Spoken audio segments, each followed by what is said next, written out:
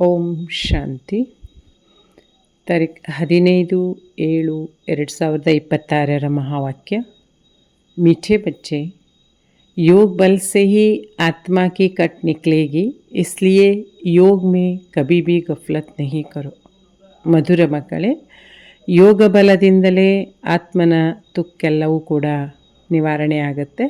ಆದ್ದರಿಂದ ಯೋಗದ ವಿಚಾರದಲ್ಲಿ ಎಂದೂ ಕೂಡ ತಪ್ಪು ಮಾಡಬೇಡಿ.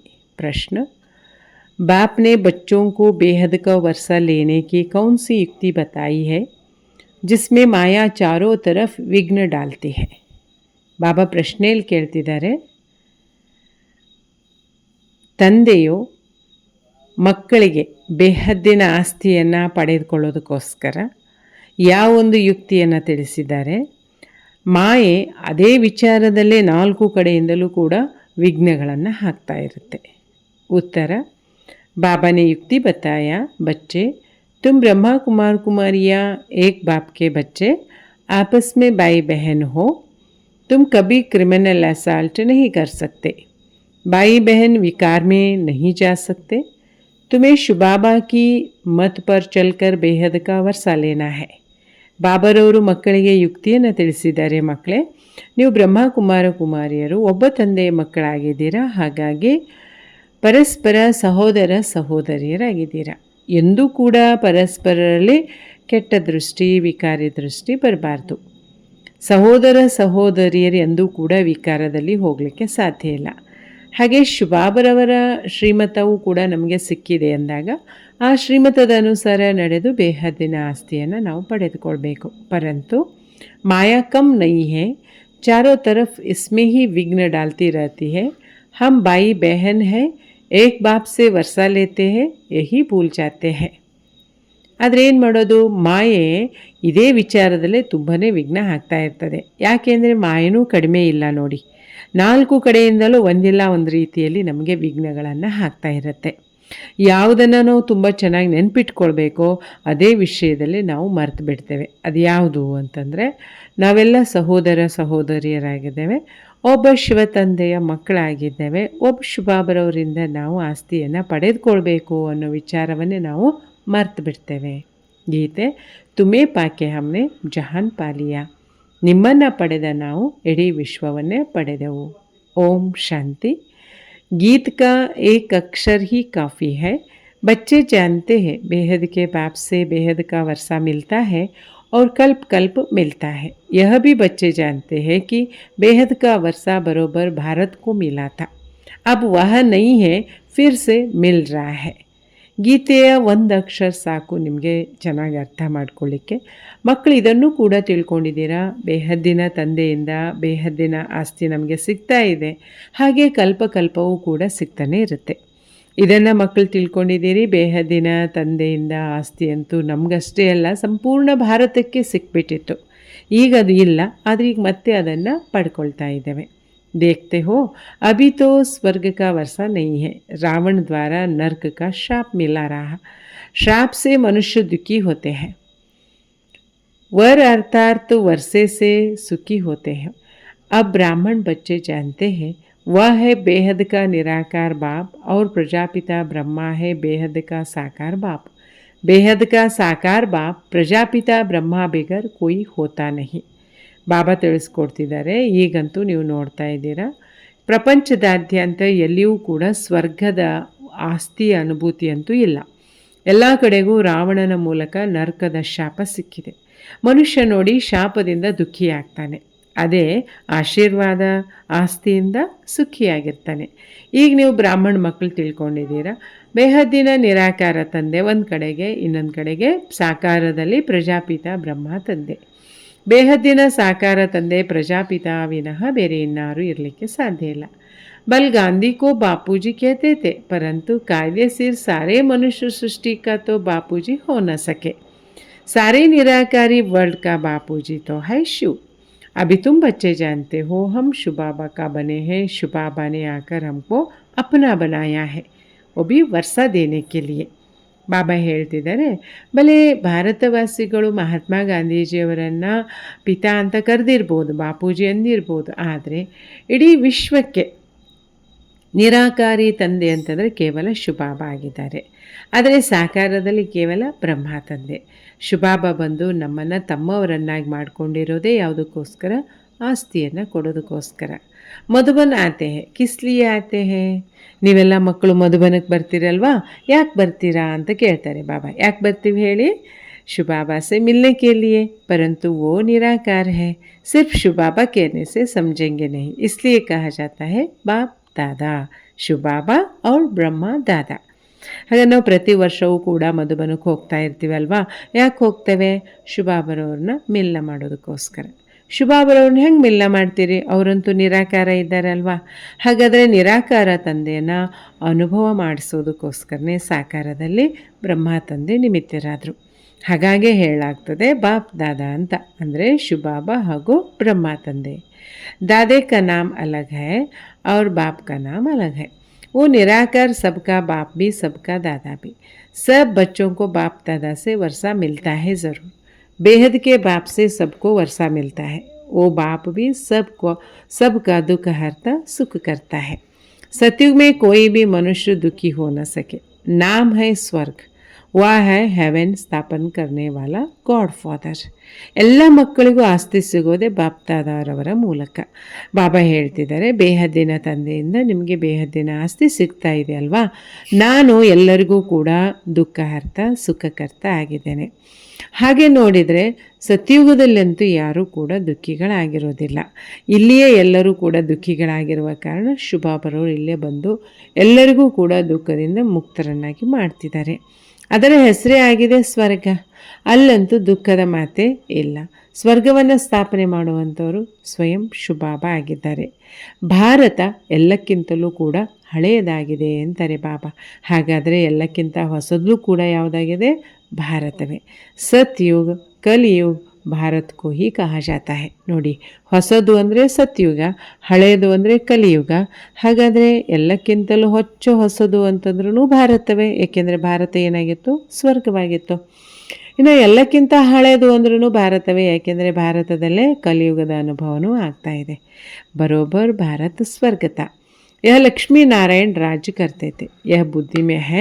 अभी तुम लक्ष्मी नारायण के मंदिर में जाएंगे तो झट बुद्धि में आएगा कि इन्हों को यह वर्षा कैसे मिला, यह पूज कैसे बने, कब राज किया, किस तरह राज्य पाया, यह सारा बुद्धि में आएगा.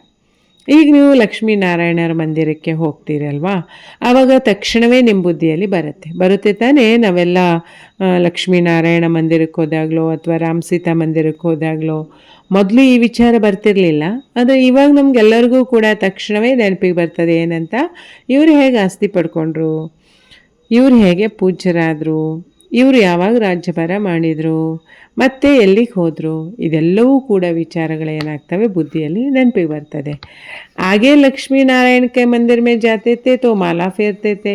ऑक्यूपेशन का कुछ भी पता नहीं पड़ता था. अभी सिर्फ तुम्हारी बुद्धि में यह है, सो भी नंबरवार.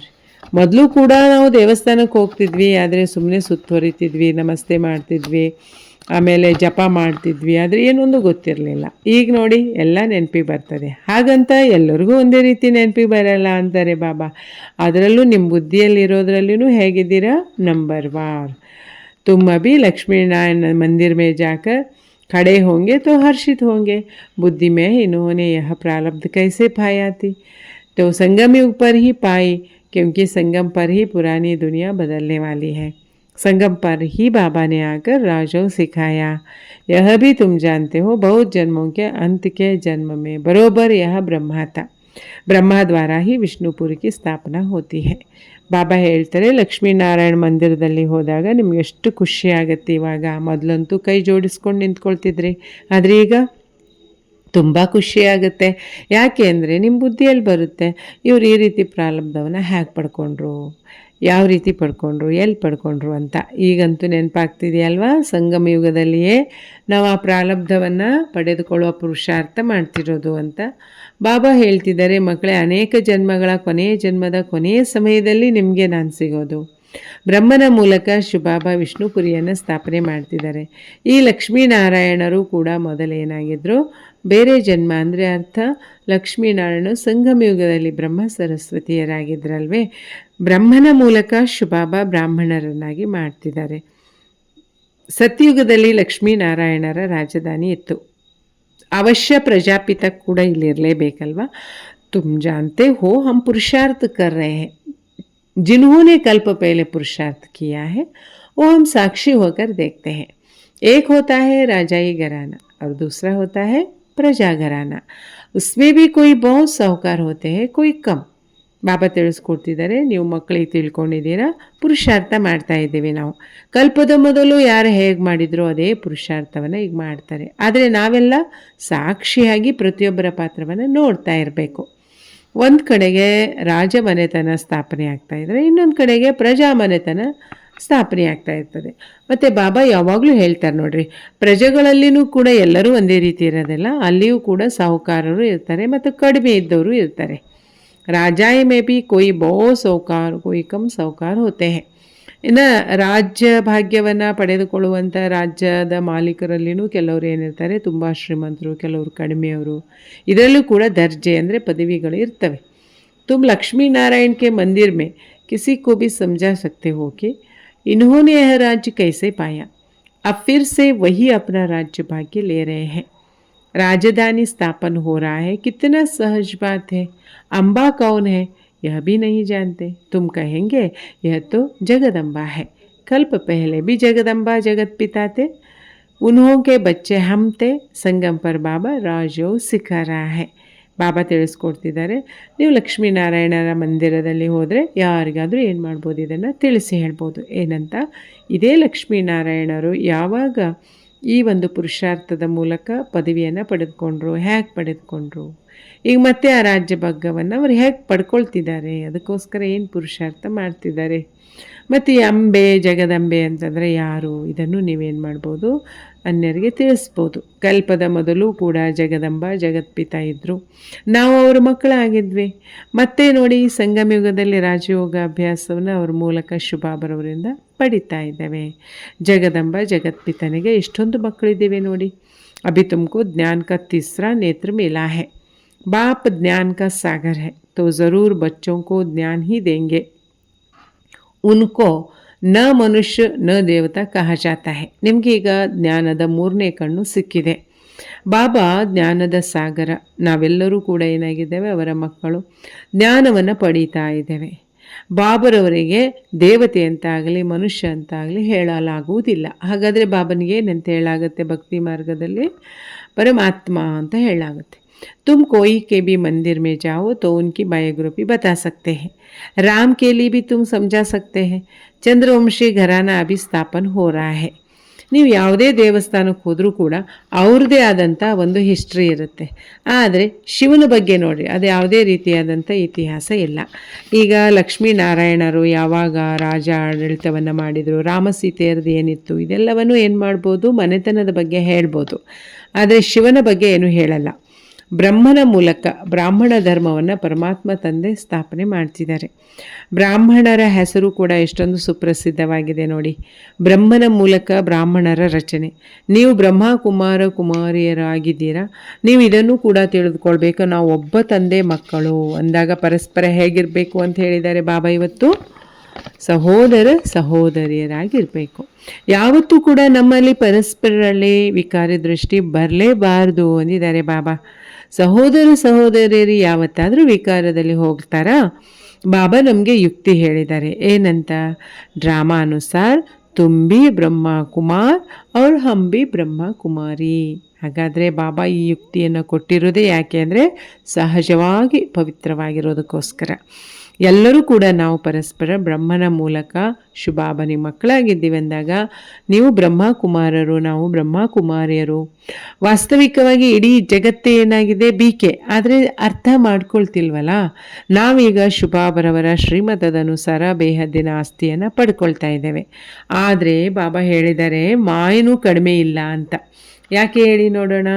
ಇದೇ ವಿಚಾರದಲ್ಲೇ ಮಾಯೆ ಏನು ಮಾಡುತ್ತೆ, 4 ಕಡೆಯಿಂದಲೂ ನಮಗೆ ವಿಘ್ನವನ್ನು ಹಾಕುತ್ತೆ ಎಂದಿದ್ದಾರೆ ಬಾಬಾ. ಹಮ್ ಬಾಯಿ ಬೆಹನ್ ಹೇ, ಏಕ್ ಬಾಪ್ ಸೆ ವರ್ಷಾ ಲೇತೆ ಹೇ, ಯೇ ಭಿ ಭೂಲ್ ಜಾತೆ ಹೇ. यह तो अच्छी रीति समझते हो, सतयुग में एक ही धर्म रहता है, बाकी सब धर्म खत्म हो जाते हैं. यह भी बच्चे जानते हैं, यह कोई नई बात नहीं है. ಮಾಯಂತೂ ಎಷ್ಟು ಸ್ಟ್ರಾಂಗ್ ಇದೆಯಲ್ಲ, ನಾವು ಯಾವುದನ್ನು ನೆನಪಿಟ್ಕೊಳ್ಬೇಕೋ ಅದನ್ನೇ ಮರೆಸಿಬಿಡ್ತದೆ. ಒಬ್ಬ ತಂದೆಯಿಂದ ಆಸ್ತಿ ಪಡೆದುಕೊಳ್ಬೇಕು, ನಾವೆಲ್ಲ ಸಹೋದರಿಯರಾಗಿದ್ದೇವೆ ಅನ್ನೋ ವಿಷಯದಲ್ಲೇ ನಾವು ಡೀಲ ಆಗಿಬಿಡ್ತೀವಿ. ಅದಕ್ಕೆ ಬಾಬಾ ಹೇಳ್ತಾರೆ, ಮಕ್ಕಳೇ ಚೆನ್ನಾಗಿ ಪುರುಷಾರ್ಥ ಮಾಡಿರಿ. ಸತ್ಯುಗ ಅದು ಕೇವಲ ಒಂದೇ ಧರ್ಮ ಇರುವಂಥದ್ದು, ಸುಖದಿಂದ ತುಂಬಿರುವಂಥದ್ದು. ಅಲ್ಲಿ ಯಾವ ಬೇರೆ ಅನ್ಯ ಧರ್ಮಗಳೇ ಇರೋದಿಲ್ಲ. ಇದ್ಯಾವುದು ನಿಮಗೆ ಹೊಸ ಮಾತೇನಲ್ಲ. ಯಾಕೆ 5000 ವರ್ಷದ ಮೊದಲು ಕೂಡ ಈ ಜ್ಞಾನ ಬಾಬಾ ತಿಳಿಸಿದರು, ಈಗಲೂ ಕೂಡ ತಿಳಿಸ್ತಿದ್ದಾರೆ. ಚಕ್ರ ಅಂತೂ ತಿರುಗ್ತಾ ಇರುತ್ತೆ. ಇದನ್ನು ನೀವು ಬುದ್ಧಿಯಲ್ಲಿ ಇಟ್ಕೊಳ್ಬೇಕು. ನಾವು ಒಬ್ಬ ಶಿವ ತಂದೆಯಿಂದ ಆಸ್ತಿಯನ್ನು ಪಡೆದುಕೊಳ್ಳುವಂತಹ ಯುಕ್ತಿಯನ್ನು ಈಗ ರಚಿಸ್ಕೊಳ್ಬೇಕು. ಲಕ್ಷ್ಯ ಅಂತೂ ಸಿಕ್ಕಿದೆ ಅಲ್ವಾ, ಬಾಬರವ್ರ ನೆನಪಿನಿಂದಲೇ ಆಸ್ತಿ ಸಿಗೋದು. ನೆನಪು ಅಂದ್ರೇ ಅರ್ಥ ಯೋಗ ಬಲ. ಯೋಗ ಬಲದಿಂದಲೇ ಏನಾಗುತ್ತೆ ಅಂದರೆ ಬಾಬಾ ಇವತ್ತು ತುಕ್ಕು ಬಿಟ್ಟು ಹೋಗುತ್ತೆ. ಇಸ್ಮೇ ಕೋಯಿ ಗಫ್ಲತ್ ನ ಹೋ, ಇಸ್ಲಿಯೇ ಮುರಳಿಯ ಮಿಲ್ತಿ ರಹತಿ ಹೇ. ತುಕ್ಕು ಹತ್ತಿದೆ ಆತ್ಮನಿಗೆ, ಅದನ್ನು ಬಿಡಿಸ್ಕೊಳ್ಬೇಕು ಅಂದರೆ ಕೇವಲ ತಂದೆ ನೆನಪು ಒಂದೇ ಆಧಾರ. ಅದಕ್ಕೆ ಈ ವಿಚಾರದಲ್ಲಿ ತಪ್ಪು ಮಾಡೋಕ್ಕೆ ಹೋಗಬೇಡ್ರಿ, ಹುಡುಗಾಟಿಕೆಯಲ್ಲಿ ಬರಬೇಡ್ರಿ. ಅದಕ್ಕೆ ಅಲ್ವಾ ದಿನ ನಮ್ಮನ್ನು ಜಾಗೃತ ಮಾಡೋದಕ್ಕೋಸ್ಕರನೇ ಬಾಬಾ ಮುರಳಿಗಳನ್ನು ಕಳಿಸ್ತಾ ಇದ್ದಾರೆ. ನಿಶ್ಚಯ ಬುದ್ಧಿಯಲ್ಲಿ ಪಕ್ಕ ಆಗಿರಬೇಕು. ಎಲ್ಲೇ ಹೋಗ್ರಿ ಮುರಳಿ ಮಾತ್ರ ಕೇಳ್ತಾ ಇರಿ. ಸಮझो ಮುರಳಿ नहीं मिलती है तो भी बुद्धि में तो है ना, हम बाबा का बन गया है. ನೋಡಿ, ಇದನ್ನೂ ಬಾಬಾ ಸಲಹೆ ಕೊಡ್ತಿದ್ದಾರೆ. ಅಚಾನಕ್ಕಾಗಿ ನಿಮಗೆ ಮುರಳಿ ಸಿಕ್ಕಿಲ್ಲ ಅಂತ ತಿಳ್ಕೊಳ್ಳಿ. ಎಟ್ಲೀಸ್ಟ್ ನಿಮ್ಗೆ ಇದಾದರೂ ಬುದ್ಧಿಯಲ್ಲಿ ಇರುತ್ತಲ್ವಾ, ನಾವು ಬಾಬಾನವರಾಗಿದ್ದೇವೆ ಅಂತ. ಬಾಬಾನೇ ಸಮझाया है, तुम्हारी आत्मा तमो प्रधान बनी है. अब तुम बाप को याद करो तो तमो प्रधान से सतो प्रधान बनेंगे. यह महामंत्र एक बाप ही बतलाते हैं और कोई बतला न सके. ಇದನ್ನು ನೀವು ನೆನಪಿಟ್ಕೊಳ್ಬೇಕು. ನಾನೀಗ ಆತ್ಮ ತಮೋ ಪ್ರಧಾನ ಆಗಿದ್ದೀನಿ, ಮತ್ತು ಶುಭಾಬರವ್ರ ನೆನಪಿನಿಂದ ನಾನೀಗ ಸತೋ ಪ್ರಧಾನ ಆಗಬೇಕು. ಈ ಮಹಾಮಂತ್ರವನ್ನು ಶುಭಾಬ ಒಬ್ಬರೇ ತಿಳಿಸ್ಕೊಡ್ತಾರೆ. ಇದನ್ನು ಬೇರೆ ಇನ್ನಾರು ಹೇಳಲಿಕ್ಕೆ ಸಾಧ್ಯ ಇಲ್ಲ. बाबा ಹೇಳ್ತಿದ್ದಾರೆ, मीठे मीठे बच्चे, याद के बल से ही तुमको तमो प्रधान से सतो प्रधान बनना है. यह अक्षर ही परंतु किसकी बुद्धि में नहीं बैठता. अब तुम समझते हो बरोबर. कल्प पहले भी बाबा ने यह अक्षर कहा था कि देह के सब धर्मों को छोड़ अपने को आत्मा समझो.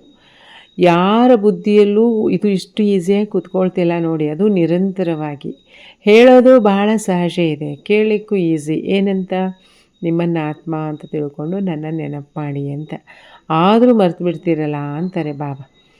ದೇಹದ ಎಲ್ಲ ಧರ್ಮಗಳನ್ನು ಮರೆತು ನನ್ನೊಬ್ಬನನ್ನೇ ನೆನಪು ಮಾಡಿ ಅಂತಾರೆ. ಎಲ್ಲರಿಗೂ ನಾನೊಬ್ಬನೇ ಅಪ್ಪ ಅಲ್ವಾ. ಎಲ್ಲ ಆತ್ಮಗಳು ಸಹ ಪರಮಾತ್ಮನನ್ನು ಕೂಗಿ ಕರಿತಾ ಇದ್ದಾವೆ. ಏನಂತ, ಓ ಗಾಡ್ ಫಾದರ್. पोप भी गॉड को याद करते हैं, कहते हैं ओ गॉड फादर रहम करो, इन मनुष्यों की क्रोधी बुद्धियों को पलटाओ तो यह आपस में लड़े नहीं, याद तो बाप को ही करेंगे ना. ವಿಶ್ವದಲ್ಲಿರುವಂಥ ಸರ್ವ ಧರ್ಮಾತ್ಮರು ಕೂಡ ಒಬ್ಬ ಪರಮಾತ್ಮನನ್ನೇ ಕೂಗಿ ಕರೆದಿರೋದು. ಅದು ಕಲಿಯುಗದ ಅಂತಿಮ ಸಮಯದಲ್ಲಿ ಎಲ್ಲವೂ ಅತಿಯಾದಾಗ. ಇವನ್ ಪೋಪನೂ ಕೂಡ ಪರಮಾತ್ಮನನ್ನು ಗಾಡ್ ಫಾದರ್ ಅಂತಲೇ ಕರೆದ. ದಯೆ ತೋರಪ್ಪ, ಕರುಣೆ ತೋರು, ಈ ಮನುಷ್ಯರ ಕ್ರೋಧಿ ಬುದ್ಧಿಯನ್ನು ಸ್ವಲ್ಪನಾದರೂ ಪರಿವರ್ತನೆ ಮಾಡು, ಪರಸ್ಪರ ಹೋರಾಡದ ಹಾಗೆ, ಜಗಳ ಕಲ ಮಾಡದ ಹಾಗೆ. ಇದಂತೂ ತಂದೆಯನ್ನು ಅರ್ಥ ಮಾಡಿಕೊಂಡು ತಂದೆ ನೆನಪು ಮಾಡಿದಾಗಲೇ ಸಾಧ್ಯ. ಆದರೆ ಯಾರಿಗೂ ಕೂಡ ತಂದೆಯ ಪರಿಚಯ ಇಲ್ವಲ್ಲ. ಅವ್ರು ಕೋಯಿ ಯಾದ್ ನಹಿ ಕರ್ತೆ. ಕಷ್ಟ ಬಂದಾಗ ಕೇವಲ ಒಬ್ಬ ತಂದೆಯನ್ನು ನೆನಪು ಮಾಡ್ತಾರೆ ಬಿಟ್ಟರೆ ಬೇರೆ ಇನ್ಯಾರನ್ನೂ ನೆನಪು ಮಾಡೋದಿಲ್ಲ ನೋಡಿ. ಶಿವ ಬಾಬಾ ಕೋ ಹಿ ಪುಕಾರ್ತೆ ಹೈ, ಆಕರ್ ಪತಿತೋं को पावन बना लो. पावन बनेंगे तो फिर इस चीची रावण की दुनिया में रह नहीं सकेंगे. फिर नई दुनिया चाहिए ना. कलयुग से बदल कर सतयुग तो होगा ही ना. परंतु इतना भी नहीं समझते. ಶುಭಾಬನನ್ನು ಕರೆಯೋದೇ ಯಾಕೆ? ಕಷ್ಟ ಆದಾಗ, ಪತಿತರಿದ್ದಾಗ ಮತ್ತೆ ನಮ್ಮನ್ನು ಪಾವನರನ್ನಾಗಿ ಮಾಡಿರಿ, ಇದರಿಂದ ಪಾರು ಮಾಡಿರಿ ಅಂತ. ನೋಡಿ, ನಾವು ಯಾವಾಗ ಪವಿತ್ರರಾಗ್ಬಿಡ್ತೀವೋ ತಂದೆ ನೆನಪಿನಿಂದ, ಅವಾಗ ನಮಗೆ ಚೀಚಿ ಜಗತ್ತಿನಲ್ಲಿ ಇರಲಿಕ್ಕಂತೂ ಆಗೋದೇ ಇಲ್ಲ. ಅವಾಗ ಹೊಸ ಜಗತ್ತು ಬೇಕೇ ಬೇಕಾಗತ್ತೆ. ಕಲಿಯುಗದಿಂದ ಈ ಜಗತ್ತು ಪರಿವರ್ತನೆಯಾಗಿ ಸತ್ಯಯುಗವಾಗುತ್ತೆ. ಇದು ಕೂಡ ಜನರಿಗೆ ಅರ್ಥ ಆಗ್ತಿಲ್ಲ ಅಂತಾರೆ ಬಾಬಾ. ಏಕ್ ಡಾಕ್ಟರ್ ಆಯಾ ತಾ कहता था कलयुग तो कलयुग ही चलेगा। अरे सदैव कलयुग ही कैसे चलेगा? कलयुग कोई अच्छा है क्या? समझते थोड़े ही है, सिर्फ भावना है औरों को ले आते हैं, उनको तीर नहीं लगता, और कोई आने वाले को तीर लग जाए तो भी कुछ न कुछ दलाली मिल जाएगा। स्वयं में तो आ जाए, स्वर्ग में तो आ जाएंगे ना। बाप से थोड़ा भी आकर सुनते हैं तो ಸ್ವರ್ಗ में ಜರೂರ್ ಚಲೆ ಆಯೇಗಾ. ಬಾಬಾ ಹೇಳ್ತಾರೆ, ಆ ಸಮಯದಲ್ಲಿ ಒಬ್ಬರು ಡಾಕ್ಟ್ರು ಬಂದಿದ್ರಂತೆ. ಅವ್ರು ಹೇಳ್ತಿದ್ರು, ಕಲಿಯುಗ ಅಂದರೆ ಕಲಿಯುಗನೇ ನಡೀತಾ ಇರುತ್ತೆ ಅಂತ. ಹೇಗೆ ಕಲಿಯುಗನೇ ನಿರಂತರ ನಡೀಲಿಕ್ಕೆ ಸಾಧ್ಯ? ಕಲಿಯುಗದ ನಂತರ ಮತ್ತೊಂದು ಯುಗ ಬರಲೇಬೇಕು ತಾನೆ. ಅಷ್ಟಕ್ಕೂ ಕಲಿಯುಗವೇ ನಿರಂತರ ನಡೀಲಿಕ್ಕೆ ಕಲಿಯುಗ ಏನಾದರೂ ಅಷ್ಟು ಉತ್ತಮವಾಗಿರೋದಾ? ಇಲ್ಲಲ್ವಾ? ಅದಕ್ಕೆ ಬಾಬಾ ಹೇಳ್ತಾರೆ, ಕೆಲವೊಂದು ಸರಿ ಏನಾಗ್ಬಿಡುತ್ತೆ ಅಂದರೆ ಕೇವಲ ಭಾವನೆ ಇರುತ್ತೆ, ಆದರೆ ಅರ್ಥ ಆಗಲ್ಲ, ಜ್ಞಾನ ಅರ್ಥ ಆಗಲ್ಲ ಅಂತಾರೆ. ಹಾಗಾಗಿ ಅವ್ರಿಗೆ ಜ್ಞಾನದ ಬಾಣ ಏನಾಗೋದಿಲ್ಲ, ನಾಟೋದೇ ಇಲ್ಲ ಅಂತಾರೆ. ಅಷ್ಟು ಸಹಜನೂ ಇಲ್ಲ. ಸದ್ಯ ಜ್ಞಾನ ತಿಳ್ಕೊಂಡಿದ್ದಾರೆ ಅಂದರೆ ಅದು ಸೌಭಾಗ್ಯನೇ. ಬಾಬಾ ಹೇಳ್ತಿದ್ದಾರೆ, ಮಕ್ಕಳೇ ಸ್ವಲ್ಪ ಜ್ಞಾನ ತಿಳ್ಕೊಂಡ್ರೂ ಸಾಕು, ಅವಶ್ಯ ಸ್ವರ್ಗದಲ್ಲಿ ಆತ್ಮಗಳು ಬಂದೇ ಬರ್ತವೆ. फिर भी हेवनली गॉड फादर के सामने आकर बैठे हो ना, बाबा समझाते हैं मैं सबका बाप हूँ ना। कोई मानते नहीं कि शिव बाबा कैसे आएगा? अरे आत्मा आ सकती है तो मैं क्यों नहीं आऊँगा? ನೋಡ್ರಿ, ಬಾಬಾ ಈ ಪ್ರಶ್ನೆನೂ ಮಾಡ್ತಾ ಇದ್ದಾರೆ. ಎಷ್ಟೋ ಮಕ್ಕಳಿಗೆ ಪರಮಾತ್ಮನ ಯಥಾರ್ಥ ಅನುಭೂತಿ ಆಗಿಲ್ಲ. ಪರಮಾತ್ಮ ತಂದೆ ನಿರಾಕಾರ, ಎಲ್ಲರಿಗೂ ತಂದೆ ಆಗಿದ್ದಾರೆ, ಅದರ ಅರ್ಥನೇ ಹೇಗೆ ಮಾಡ್ಕೊಳ್ಳೋದು ಅಂತಾರೆ. ಆದರೆ ಶಿವಬಾಬಾ ನಿರಾಕಾರ ಹೇಗೆ ಬರ್ತಾರೆ ಅನ್ನೋ ಪ್ರಶ್ನೆ. ಅದಕ್ಕೆ ಬಾಬಾ ಏನು ಹೇಳ್ತಿದ್ದಾರೆ ಅಂದರೆ, ಆತ್ಮಗಳು ಬರ್ತವೆ ಅಂದ ಬಳಿಕ ನಾನು ಪರಮಾತ್ಮ ಯಾಕೆ ಬರೋಕ್ಕಾಗಲ್ಲ? आत्मा एक शरीर छोड़कर दूसरे में जा सकती है तो मैं नहीं आ सकता हूँ, नहीं तो मैं कैसे आऊँ? ಒಂದು ಆತ್ಮ ಒಂದು ಶರೀರವನ್ನು ಬಿಟ್ಟು ಮತ್ತೊಂದರಲ್ಲಿ ಹೋಗುತ್ತೆ ಅಂದ ಬಳಿಕ ಮತ್ತು ನಾನು ಹೇಗೆ ಬರೋಕ್ಕಾಗಲ್ಲ? ನಾನು ಕೂಡ ಏನಾಗ್ತಾನೆ, ಪರಕಾಯ ಪ್ರವೇಶವನ್ನು ಮಾಡ್ತೇನೆ ಅಂತಾರೆ ಬಾಬಾ. ನನ್ನನ್ನು ಕರಿತಾ ಇರೋದು ನೀವು ಬಾ ಅಂತಾನೆ ತಾನೆ. पुकारते भी है, हे पतित पावन बाबा आकर पतित से पावन बना लो। बाबा कहते हैं, मैं आता ही भारत में हूँ, कल्प कल्प के संगम पर एक ही बार आता हूँ। तुम जब 84 जन्म पूरे करते हो तो मैं भी आता हूँ। तुम बच्चों को निश्चय है बाबा आया है फिर से वर्षा देने। ನೋಡಿ, ಬಾಬಾ ಹೇಳ್ತಾರೆ, ಮಕ್ಕಳೇ ನಾನು ಬರೋದು ಕೂಡ ಭಾರತದಲ್ಲಿಯೇ, ಕಲ್ಪಕ್ಕೆ ಒಂದು ಬಾರಿ ಈ ಸಂಗಮ ಯುಗದಲ್ಲಿ ನಾನು ಬರ್ತೇನೆ ಅಂತಾರೆ. ನೀವು ಮಕ್ಕಳು ಯಾವಾಗ 84 ಜನ್ಮಗಳನ್ನು ಪೂರ್ಣ ಮಾಡುವಂಥ ಹಂತದಲ್ಲಿ ಇರ್ತೀರಲ್ವ, ಆವಾಗ ನಾನು ಬರ್ತೇನೆ. ನಿಮಗೆ ಮಕ್ಕಳಿಗೆ ನಿಶ್ಚಯ ಇರಬೇಕು ಅಷ್ಟೇ. ಏನಂತ? ಶಿವಬಾಬಾ ಬಂದಿದ್ದಾರೆ ನಮಗೆಲ್ಲರಿಗೂ ಆಸ್ತಿ ಕೊಡಲಿಕ್ಕೆ. बाबा कहते हैं, मेरा धंधा ही है पुरानी दुनिया को बदलकर नई दुनिया स्थापन करना, इसलिए गाया हुआ है नई दुनिया की स्थापना, पुरानी दुनिया का विनाश, फिर तो तुम पालना करेंगे, ರೋಶ್ನಿ ಮಿಲ್ತಿ ಹೈನಾ. ನೋಡಿ, ಬಾಬಾ ಹೇಳ್ತಿದ್ದಾರೆ, ನನ್ನ ಉದ್ಯೋಗನೇ ಏನಪ್ಪ ಅಂತಂದರೆ ಹಳೆಯ ಜಗತ್ತನ್ನು ಹೊಸ ಜಗತ್ತನ್ನಾಗಿ ಮಾಡುವುದು ಅಂತಾರೆ ಬಾಬಾ. ಹಳೆಯ ಜಗತ್ತು ಬದಲಾವಣೆ ಆಗೋದು, ಇದರ ಅರ್ಥ ಹೊಸ ಜಗತ್ತಿನ ಸ್ಥಾಪನೆ ಆಗೋದು.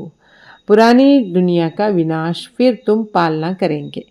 ಹಳೆಯ ಜಗತ್ತಿನ ವಿನಾಶ ಆದಮೇಲೆ ಹೊಸ ಜಗತ್ತಿನ ಸ್ಥಾಪನೆ ಏನಾಗುತ್ತಲ್ವ, ಅದರ ಪಾಲನೆಯನ್ನು ನೀವು ಮಕ್ಕಳು ಮಾಡ್ತಾ ಇರ್ತೀರ.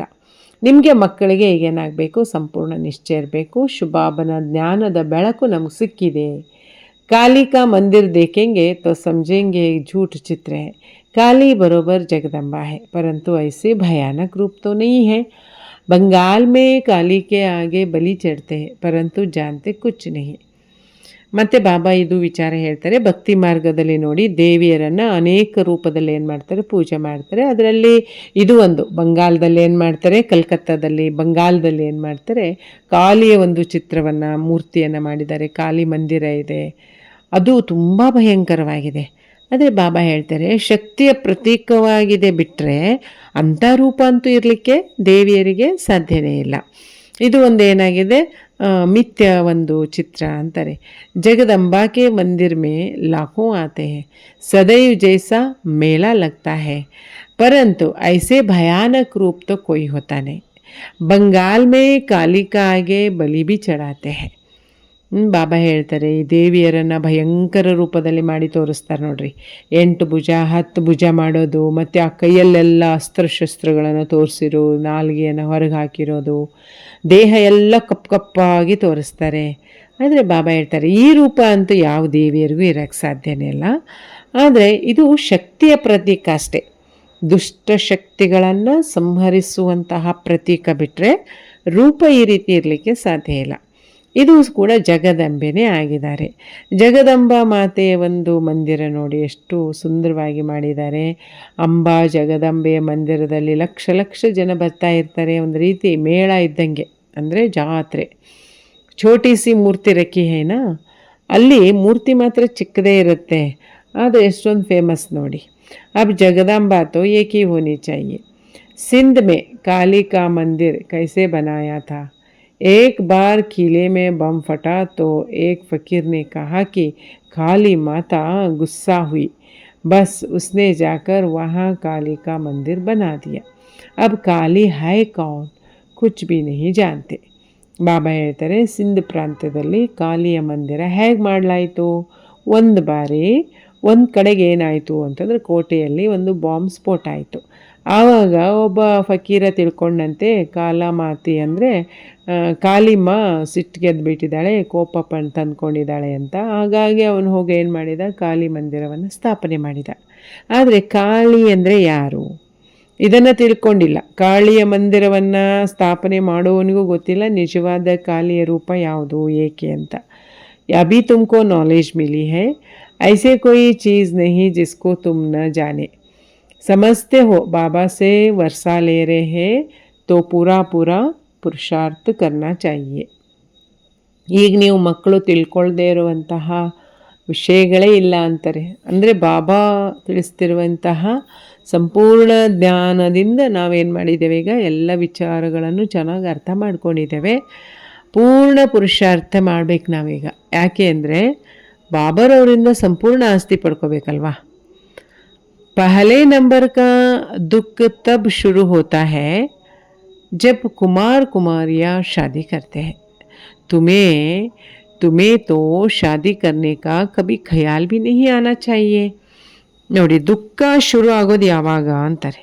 ರಿಯಲ್ ಆಗಿ ದುಃಖ ಶುರು ಆಗೋದು ಯಾವಾಗ ಅಂದರೆ ಯಾವಾಗ ಕುಮಾರ ಕುಮಾರಿಯರಿದ್ದವರು ಮದುವೆ ಮಾಡ್ಕೊಳ್ತಾರೆ ನೋಡಿ. ಮದುವೆ ನಂತರದ ದಿನಗಳಿಂದ ದುಃಖ ಶುರುವಾಗತ್ತೆ. ಮದುವೆ ಮೊದಲಿನ ದಿನಗಳಲ್ಲಿ ಏನಿರೋದಿಲ್ಲ, ದುಃಖ ಇರೋದಿಲ್ಲ. ಏನಿದ್ರು ಹ್ಯಾಪಿಯಾಗಿರ್ತಾರೆ, ನಿಶ್ಚಿಂತವಾಗಿರ್ತಾರೆ, ಆರಾಮಾಗಿರ್ತಾರೆ. ಯಾವಾಗ ಬಂಧನ ಶುರುವಾಯಿತು ಆಗ ದುಃಖ ಪ್ರಾರಂಭ. ಆ ಬಾಬಾ कहते हैं ये रावण राज खत्म होने वाली है. ಇನ್ನೇನು ರಾವಣನ ರಾಜ್ಯ ಮುಗದೇ ಬಿಡ್ತು ಮಕ್ಕಳೇ. ಹಾಗಾಗಿ ನಿಮಗೆ ಮದುವೆ ಮಾಡಿಕೊಳ್ಳುವಂತಹ ವಿಚಾರಗಳು ಬರಬಾರ್ದು. ಬದಲಾಗಿ ಯಾರೆಲ್ಲ ಮದುವೆ ಮಾಡ್ಕೊಂಡು ದುಃಖಿಯಾಗಿದ್ದಾರೆ ನೋಡಿ, ಅವರಿಗೆ ಶುಭಾಬರವರು ಜ್ಞಾನ ಕೊಟ್ಟು ಬಾಬಾ ತಿಳಿಸಿರುವಂಥ ಸತ್ಯ ವಿಚಾರಗಳನ್ನು ತಿಳಿಸಿ, ಯೋಗ ಮತ್ತು ಧ್ಯಾನದಿಂದ ಆಗುವಂಥ ಪ್ರಾಪ್ತಿಗಳು ಏನು ಅನ್ನುವಂಥ ಅನುಭವವನ್ನು ಮಾಡಿಸಿ ಅವರನ್ನು ಗೃಹಸ್ಥ ಜೀವನದಲ್ಲಿದ್ದರೂ ಕೂಡ ಖುಷಿಯಿಂದ ಮತ್ತು ಆನಂದವಾಗಿರುವಂಥ ಶಿಕ್ಷಣವನ್ನು ಕೊಡಲಿಕ್ಕೆ ನಾವು ನಿಮಿತ್ತರಾಗಬೇಕು ಕುಮಾರಿಯರು.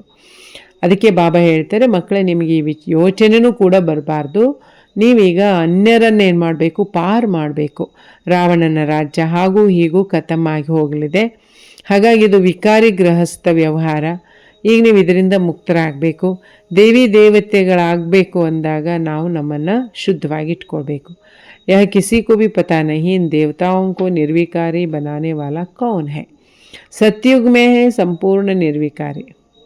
शास्त्रों में फिर दिखा दिया है कि वहाँ भी विकार थे, परंतु वो तो है वाइसलेस वर्ल्ड. विकारी दुनिया और निर्विकारी दुनिया, देखो इसमें कितना फ़र्क है. ದೇವಿ ದೇವತೆಗಳ ಬಗ್ಗೆ ಬಹಳಷ್ಟು ಗಾಯನ ಮಾಡ್ತಾರೆ, ಆದರೆ ಯಾರಿಗೂ ಗೊತ್ತಿಲ್ಲ ದೇವಿ ದೇವತೆಗಳು ಹೆಂಗೆ ನಿರ್ವಿಕಾರಿಗಳಾದರು ಅಂತ. ನೋಡಿರಿ, ಸತ್ಯುಗದಲ್ಲಿ ನೋಡಿದರೆ ಸಂಪೂರ್ಣ ನಿರ್ವಿಕಾರಿ. ಪ್ರಪಂಚನೂ ಕೂಡ, ಪ್ರಕೃತಿ ಎಲ್ಲವೂ ನಿರ್ವಿಕಾರಿ. ಆದರೂ ಶಾಸ್ತ್ರದಲ್ಲಿ ಏನು ತೋರಿಸಿದ್ದಾರೆ, ದೇವತೆಗಳಿರೋ ಸಮಯದಲ್ಲಿನೂ ಕೂಡ ವಿಕಾರ ಇತ್ತು ಅಂತ ತೋರಿಸಿದ್ದಾರೆ. ಆದರೆ ಬಾಬಾ ಹೇಳ್ತಾರೆ ಅದು ನಿರ್ವಿಕಾರಿ ಜಗತ್ತು. ನಿರ್ವಿಕಾರಿ ಜಗತ್ತಿಗೂ ಮತ್ತು ವಿಕಾರಿ ಜಗತ್ತಿಗೂ ಕೂಡ ಭಾಳಷ್ಟು ವ್ಯತ್ಯಾಸ ಇದೆ. यह बातें और किसी के बुद्धि में नहीं बैठता।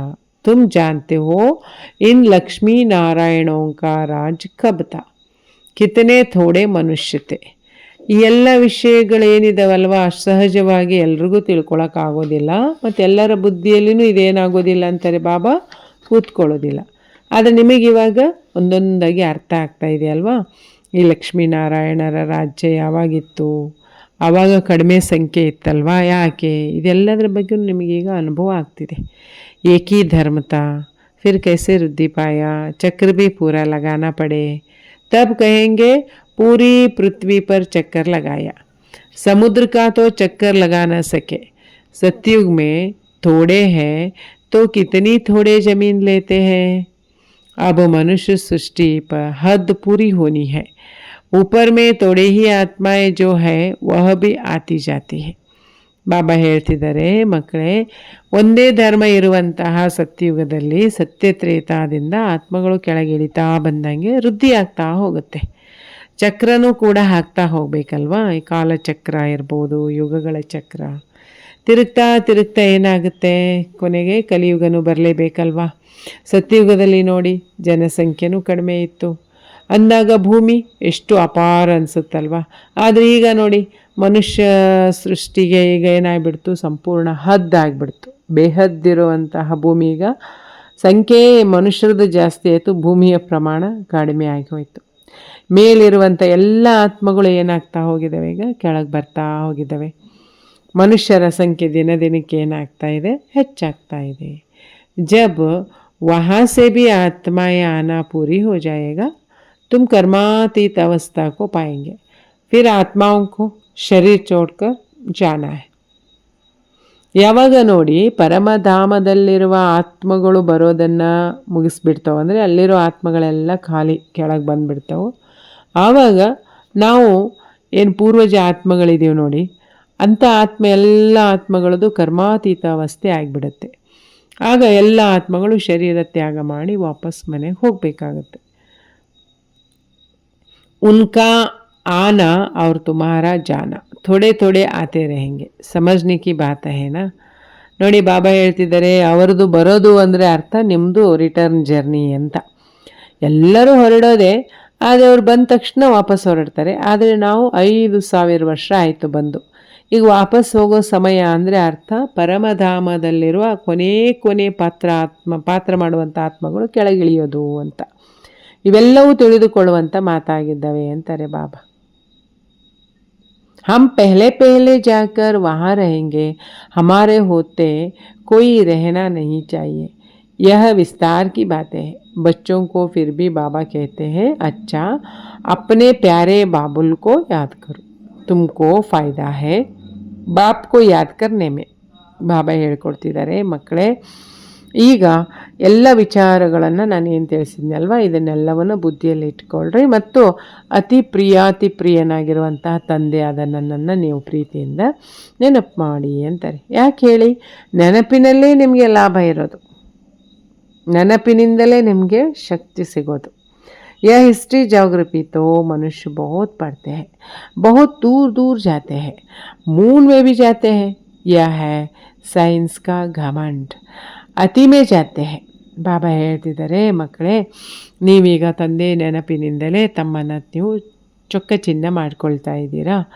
ಹಿಸ್ಟ್ರಿ ಜಾಗ್ರಫಿಯನ್ನು ಅರ್ಥ ಮಾಡ್ಕೊಳ್ಳಿಕ್ಕೆ ಮನುಷ್ಯರು ಎಷ್ಟೆಲ್ಲ ಓಡಾಡ್ತಾರೆ, ಪ್ರಪಂಚದ ಇತಿಹಾಸ ಭೂಗೋಳವನ್ನು ಹುಡುಕ್ಲಿಕ್ಕೆ ಭಾಳ ದೂರ ಹೋಗ್ತಾರೆ. ಇವನ್ ಚಂದ್ರಲೋಕ ಮಂಗಳ ಗ್ರಹದವರೆಗೂ ಹೋಗ್ತಾರೆ. ಇದೆಲ್ಲ ಸೈನ್ಸಿನ ಗಮಂಡ ಅಂತಾರೆ ಬಾಬಾ. ಮೂನ್ ಮೇ ಕುಚ್ ಖಡಾ ಥೋಡೆ ಹಿ ಹೈ, ತುಮ್ ತೋ सूर्य चांद से भी पार हो जाते हो. यह नॉलेज तुम्हारी बुद्धि में है. ಅವ್ರು ಬಿಡಿ ಚಂದ್ರ ಗ್ರಹಕ್ಕೆ ಹೋಗ್ತಾರೆ, ಮಂಗಳ ಗ್ರಹಕ್ಕೆ ಹೋಗ್ತಾರೆ. ಆದರೆ ಬಾಬಾ ಹೇಳ್ತಿದ್ದಾರೆ, ನೀವು ಮಕ್ಕಳು ಇವಾಗ ಅದನ್ನು ದಾಟಿ ಮೇಲೆ ಹೋಗ್ತಾ ಇದ್ದೀರಾ. ಇದು ಏನಾಗಿದೆ, ನಿಮ್ಮದೇ ಆಗಿರುವಂಥ ವಿಶೇಷ ಪಾತ್ರ. ನಿಮಗೆ ಈ ಕೂತಲ್ಲೇ ಅನುಭವ ಮಾಡ್ತೀರಾ. ಚಂದ್ರ ಸೂರ್ಯ ನಕ್ಷತ್ರಗಳನ್ನು ದಾಟಿ ಏನು ಮಾಡ್ತೀರಾ, ಪರಮಧಾಮದ ಅನುಭವ ಮಾಡ್ತೀರಿ ತಾನೆ. ಅದಕ್ಕೆ ಬಾಬಾ ಹೇಳ್ತಾರೆ, ನಿಮ್ಮ ಬುದ್ಧಿಯಲ್ಲಿ ಈಗೆಲ್ಲ ಜ್ಞಾನವೂ ಇದೆ. ಡ್ರಾಮಾ ಪ್ಲ್ಯಾನ್ ಅನುಸಾರವಾಗಿ ಬಾಬಾ ಎಲ್ಲ ಜ್ಞಾನವನ್ನು ಮಕ್ಕಳಿಗೆ ತಿಳಿಸ್ತಿದ್ದಾರೆ. ನಾವು ಅದನ್ನು ಮೆಲುಕು ಹಾಕ್ತಾ ಇದ್ದೇವೆ. बाबा ही कहते हैं मैं तुमको पति से पावन बनाता हूँ, यह मेरा ही पार्ट है. भक्ति मार्ग में भी यह हमारा पार्ट है तो ड्रामा ना, जैसे तुम ಪಾರ್ಟ್ದಾರಿ ಹೋ ಮೈ ಬಿ ಪಾರ್ಟ್ದಾರಿ ಹೋ. ಬಾಬಾ ಇವತ್ತು ವಿಶೇಷವಾಗಿ ಅವರ ಪಾತ್ರದ ಬಗ್ಗೆ ಹೇಳ್ಕೊತಿದ್ದಾರೆ. ನನ್ನ ಪಾತ್ರನೇ ಏನು ಅಂದರೆ ಮಕ್ಕಳೇ, ಪತಿತರಿಂದ ಪಾವನರನ್ನಾಗಿ ಮಾಡುವುದೇ ನನ್ನ ಪಾತ್ರ ಆಗಿದೆ.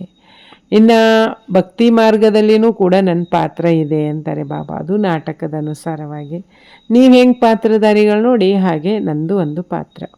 ಆದರೆ ಈ ರೀತಿ ನನ್ನದು ಪಾತ್ರ ಇದೆ ಅಲ್ವ, ಎಲ್ಲರನ್ನ ಯೋಗ್ಯರನ್ನಾಗಿ ಮಾಡುವಂಥ ಪಾತ್ರ.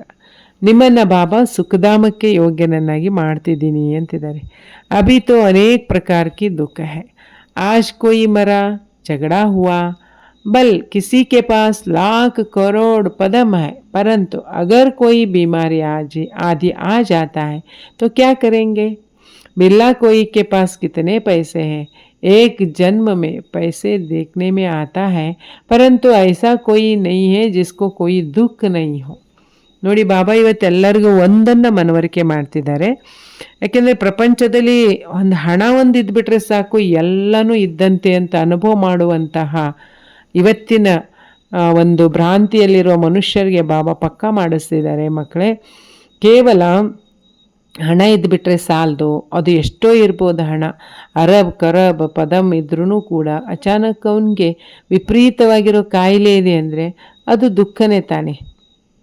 ಎಷ್ಟೇ ಹಣ ಇದ್ದರೂ ಕೂಡ ಸುಖಿಯಾಗಿರಲಿಕ್ಕೆ ಸಾಧ್ಯನೇ ಇಲ್ಲ, ಅಥವಾ ಅವ್ರ ಹತ್ರ ದುಃಖ ಇಲ್ಲ ಅನ್ನುವಂಥ ಮಾತೇ ಇಲ್ಲ ಅಂತಾರೆ ಬಾಬಾ. किसी न किसी प्रकार की दुख तो सभी को होता है. अभी तो यह पैसे आदि सब मिट्टी में मिल जाने वाली है. ಎಷ್ಟಾದರೂ ದುಡ್ಡಿರಲಿ, ಆದರೆ ದುಃಖ ಅಂತೂ ಒಂದಿಲ್ಲ ಒಂದು ಪ್ರಕಾರದ ದುಃಖ ಅಂತೂ ಪ್ರತಿಯೊಬ್ಬರಿಗೂ ಇದ್ದೇ ಇದೆ ಅಂತಾರೆ. ಅಷ್ಟೇ ಅಲ್ಲ, ಈಗೇನೆಲ್ಲ ಹಣ ಸಂಪತ್ತು ನೋಡಿ ಸಂಪಾದನೆ ಮಾಡಲಿಕ್ಕೆ ಎಷ್ಟೆಲ್ಲ ಸಮಯ ಶಕ್ತಿ ಕೊಡ್ತಾ ಇದ್ದೀವಲ್ವ, ಅದೆಲ್ಲ ಹಣನೂ ಏನಾಗಲಿದೆ ಇನ್ನು ಸ್ವಲ್ಪ ಸಮಯದಲ್ಲಿ ಮಣ್ಣಲ್ಲಿ ಮಣ್ಪಾಲಾಗಿ ಹೋಗಲಿದೆ ಅಂತಾರೆ ಬಾಬಾ. ಅಚ್ಚಾ ಮೀಠೆ ಮೀಠೆ सिकिलदे बच्चों प्रति माता पिता बाप दादा का याद प्यार और गुड मॉर्निंग. रूहानी बाप की रूहानी बच्चों को नमस्ते. हम रूहानी बच्चों की रूहानी बाप दादा को याद प्यार और गुड मॉर्निंग. नमस्ते नमस्ते नमस्ते. शुक्रिया बाबा, शुक्रिया. धारणेಗೋಸ್ಕರ मुख्य सार. फर्स्ट पॉइंट, कर्मातीत अवस्था को प्राप्त कर वापस घर जाना है, परंतु जाएंगे तब जब आत्माओं का आना बंद होगा. ಕರ್ಮಾತೀತ ಅವಸ್ಥೆಯನ್ನು ಪಡೆದುಕೊಂಡು ವಾಪಸ್ ಮನೆಗಂತೂ ಹೋಗಬೇಕು. ಆದರೆ ಹೋಗೋದು ಯಾವಾಗ ಸಾಧ್ಯ ಅಂದರೆ, ಯಾವಾಗ ಪರಮಧಾಮದಿಂದ ಬರುವಂಥ ಆತ್ಮಗಳ ಸಂಖ್ಯೆ ಮುಗಿಯುತ್ತೋ ಆಗ ಮಾತ್ರ. ಈ ವಿಸ್ತಾರಕೋ बुद्धि में रखकर एक बाबुल को याद से प्यार से याद करना है. ಈ ವಿಚಾರವನ್ನು ಚೆನ್ನಾಗಿ ಬುದ್ಧಿಯಲ್ಲಿ ಇಟ್ಕೊಂಡ್ಬಿಟ್ಟು, ಯಾವ ವಿಚಾರ? ಕರ್ಮಾತೀತ ಅವಸ್ಥೆಯನ್ನು ಹೊಂದಬೇಕು. ಎಷ್ಟರೊಳಗೆ ಹೊಂದಬೇಕು ಅಂದರೆ, ಪರಮಧಾಮದಲ್ಲಿರೋ ಆತ್ಮಗಳು ಖಾಲಿಯಾಗೋದ್ರೊಳಗಾಗಿ ನಾವು ತುಂಬ ಚೆನ್ನಾಗಿ ಪುರುಷಾರ್ಥ ಮಾಡಿ ನಮ್ಮಲ್ಲಿ ಕರ್ಮಾತೀತ ಅವಸ್ಥೆಯನ್ನು ತಂದುಕೊಳ್ಳೋದಕ್ಕೋಸ್ಕರ ಬಲು ಪ್ರೀತಿಯಿಂದ ತಂದೆ ಒಬ್ಬನನ್ನು ನೆನಪು ಮಾಡಬೇಕು. ಎರಡನೇ ಪಾಯಿಂಟ್, ज्ञान की रोशनी मिली है, इसलिए निश्चय बुद्धि बनकर बाप से पूरा वर्षा लेना है. कहाँ भी रहते याद के बल से आत्मा को तमो प्रधान से सतो प्रधान बनाने का पुरुषार्थ करना है. ಜ್ಞಾನದ ಪ್ರಕಾಶ ನಮಗೆಲ್ಲರಿಗೂ ಸಿಕ್ಕಿದೆ. ಆದ್ದರಿಂದ ನಿಶ್ಚಯ ಬುದ್ಧಿ ಉಳ್ಳವರಾಗಿ ತಂದೆಯಿಂದ ಸಂಪೂರ್ಣ ಆಸ್ತಿಯನ್ನು ಪಡೆದುಕೊಳ್ಬೇಕು. ನೀವೆಲ್ಲಾದರೂ ಇರ್ರಿ, ಆದರೆ ಬಾಬರವರನ್ನ ಬಲು ಪ್ರೀತಿಯಿಂದ ನೆನಪು ಮಾಡಿ ಆ ನೆನಪಿನ ಬಲದಿಂದಲೇ ಆತ್ಮವನ್ನು ತಮೋ ಪ್ರಧಾನದಿಂದ ಸತೋ ಪ್ರಧಾನವನ್ನಾಗಿ ಮಾಡಿಕೊಳ್ಳುವಂತಹ ಪುರುಷಾರ್ಥ ಮಾಡಿ. ವರದಾನ, स्वमान में स्थित रहकर विश्व द्वारा सम्मान प्राप्त करने वाले देह अभिमान मुक्त भव. ಸ್ವಮಾನದಲ್ಲಿ ಸ್ಥಿತರಾಗಿದ್ದುಕೊಂಡು ವಿಶ್ವದ ಮೂಲಕ ಸಿಕ್ಕಿರುವಂತಹ ಸನ್ಮಾನವನ್ನು ಪಡೆದುಕೊಳ್ಳುವಂತಹ ದೇಹಾಭಿಮಾನದಿಂದ ಮುಕ್ತರಾಗಿರಿ. ಸ್ವಮಾನದಲ್ಲಿ ಸ್ಥಿತರಾಗಿದ್ದುಕೊಂಡು ವಿಶ್ವದ ಮೂಲಕ ಸನ್ಮಾನವನ್ನು ಪಡೆದುಕೊಳ್ಳುವಂತಹ ದೇಹಾಭಿಮಾನದಿಂದ ಮುಕ್ತರಾಗಿ. ವಿಸ್ತಾರ. पढ़ाई का मूल लक्ष्य है देहाभिमान से प्यार न्यारे होकर देही अभिमानी बनना. ಬಾಬಾ ಕೊಡ್ತಿರುವಂಥ ಶಿಕ್ಷಣದ ಮೂಲ ಲಕ್ಷ್ಯವೇ ಏನಾಗಿದೆ ಅಂದರೆ ದೇಹಾಭಿಮಾನದಿಂದ ಮುಕ್ತರಾಗಿ ದೇಹಿ ಅಭಿಮಾನಿ ಆಗೋದು. ಈ ದೇಹಾಭಿಮಾನದಿಂದ ಭಿನ್ನ ಅಥವಾ ಮುಕ್ತರಾಗಲಿಕ್ಕೆ ಒಂದು ವಿಧಿ ಏನಾಗಿದೆ ಅಂದರೆ ಸದಾ ಸ್ವಮಾನದಲ್ಲಿ ಸ್ಥಿತರಾಗುವುದು. ಸಂಗಮ ಯುಗದಲ್ಲಿ ನಾವು ಮಕ್ಕಳು ಸ್ವಮಾನದಲ್ಲಿ ಸ್ಥಿತರಾಗೋದ್ರಿಂದ ಅವಶ್ಯವಾಗಿ ಹೆಚ್ಚೆಚ್ಚು ಏನಾಗ್ತಾ ಹೋಗುತ್ತೆ, ನಮ್ಮೊಳಗೆ ಆತ್ಮಿಕ ಸ್ಥಿತಿ ಜಮಾಯಿಸುತ್ತೆ. ಆವಾಗ ಆಟೋಮೆಟಿಕಲಿ ದೇಹಾಭಿಮಾನ ತೊರಿತಾ ಹೋಗ್ತೇವೆ. जो स्वमान में स्थित रहता है उन्हें स्वतः मान प्राप्त होता है. ನೋಡಿ ಎಷ್ಟು ವಿಶೇಷವಾಗಿ ಬಾಬಾ ಹೇಳ್ತಿದ್ದಾರೆ, ಯಾರು ಸ್ವಮಾನದಲ್ಲಿ ಸ್ಥಿತರಾಗ್ತಾರಲ್ವ ಅವರಿಗೆ ಸ್ವತಃ ಅಂದರೆ ತಾನಾಗಿಯೇ ಗೌರವ ಪ್ರಾಪ್ತಿಯಾಗ್ತದೆ. सदा स्वमान में रहने वाले ही विश्व महाराजन बनते हैं और विश्व उन्हें सम्मान देता है. ಯಾರು ಸದಾ ಸ್ವಮಾನದಲ್ಲಿರ್ತಾರೋ ಅವರಿಗೆ ವಿಶ್ವದ ಮಹಾರಾಜನ್ನಾಗ್ತಾರೆ. ಅಷ್ಟೇ ಅಲ್ಲ, ವಿಶ್ವದಿಂದಲೇ ಅವರಿಗೆ ಗೌರವ ಪ್ರಾಪ್ತಿಯಾಗತ್ತೆ.